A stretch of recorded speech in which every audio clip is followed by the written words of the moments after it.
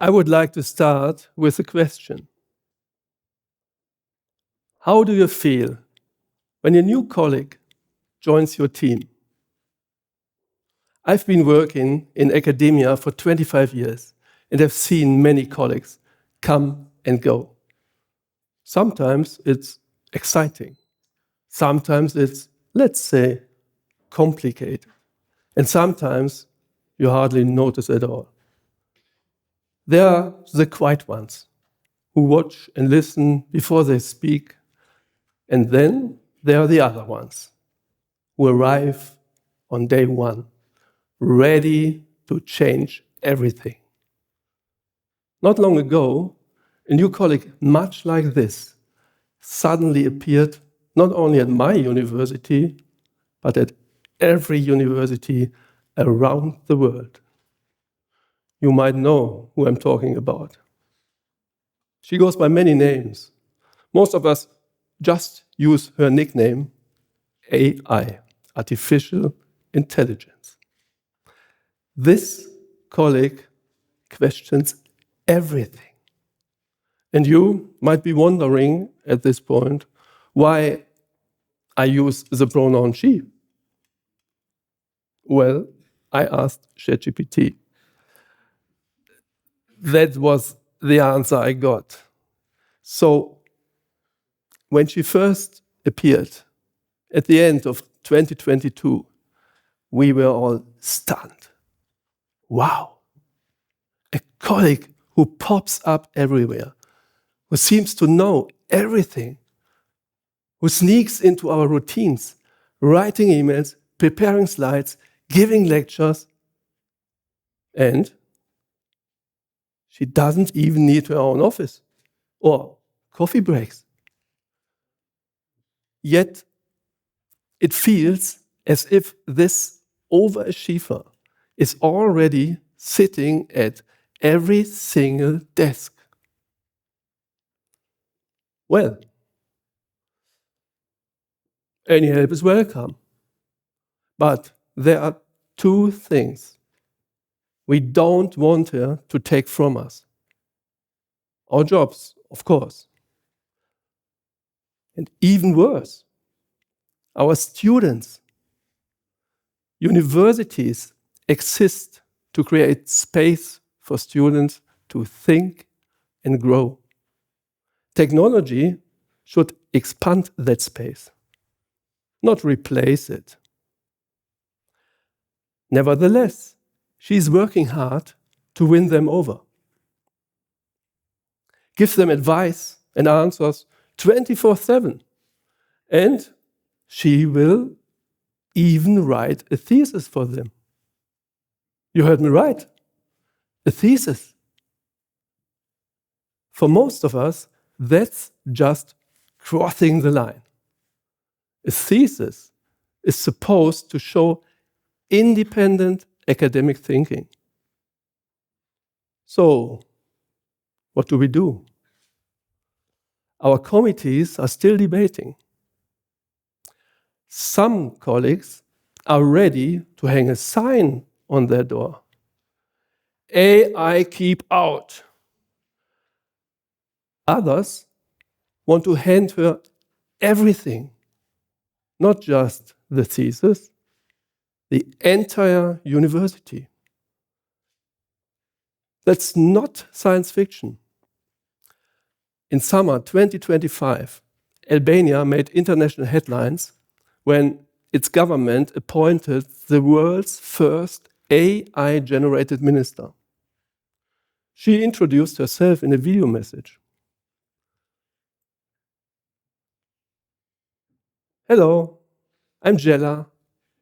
My mission is to make government work easier every day. Is that impressive? Sure it is. And if AI can govern a state, why shouldn't it govern a university? But do we really want that? Do we really want AI to be the tool for everything? AI can play chess. AI can drive cars. And AI can even compose symphonies. But has it ever truly understood what it is doing? Philosopher Ralph Otte put it this way: today's AI can act astonishingly, but understanding and consciousness remain simulated. Once we take that seriously, responsibility stays with us at universities. So let's get back to thesis work. As vice president here at Munich University of Applied Sciences, I have been part of all the AI discussions from the very beginning. With each new generation of large language models, concerns about losing control re-emerge. And by now, some seem to have given up. They even suggest, if AI can write a thesis, let's just abolish thesis work altogether. That's not a good idea for a university, right? Instead, let's ask a different question. What should academic work really be about? Our answer is simple.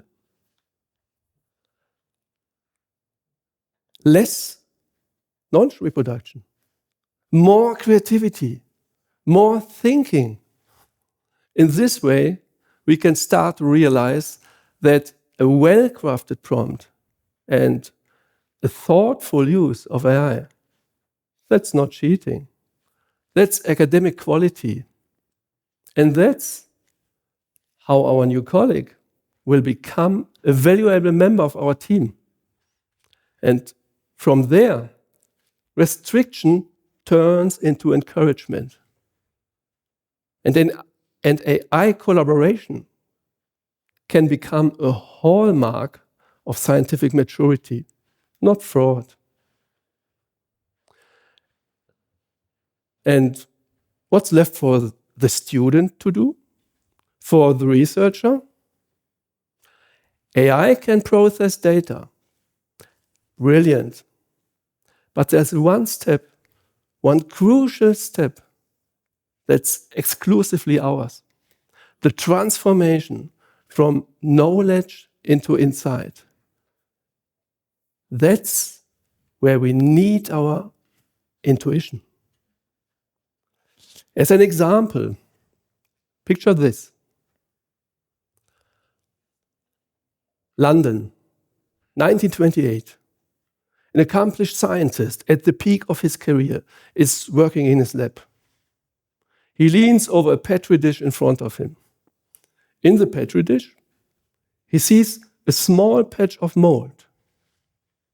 Mold. Usually, that means something went wrong.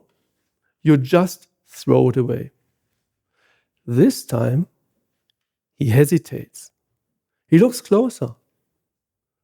Around the mold, he notices that all the bacteria has disappeared. At that brief pause, his face changes as he stops to think. He decides against routine. That was the moment when Alexander Fleming discovered penicillin and changed medicine forever. That's not data, not even logic. That's intuition. The sense that the unexpected might matter. AI can see the mold, but not anticipate its meaning. At this decisive point, where data ends and meaning begins, that's where human science happens. And that's where every thesis should truly begin. The thesis isn't obsolete. It's evolving, moving closer to its essence, pure science. Formal criteria and all the mechanics, these fade into the background. AI is leaving us with what matters most. Intuition, insight, the human spark beyond the reach of AI.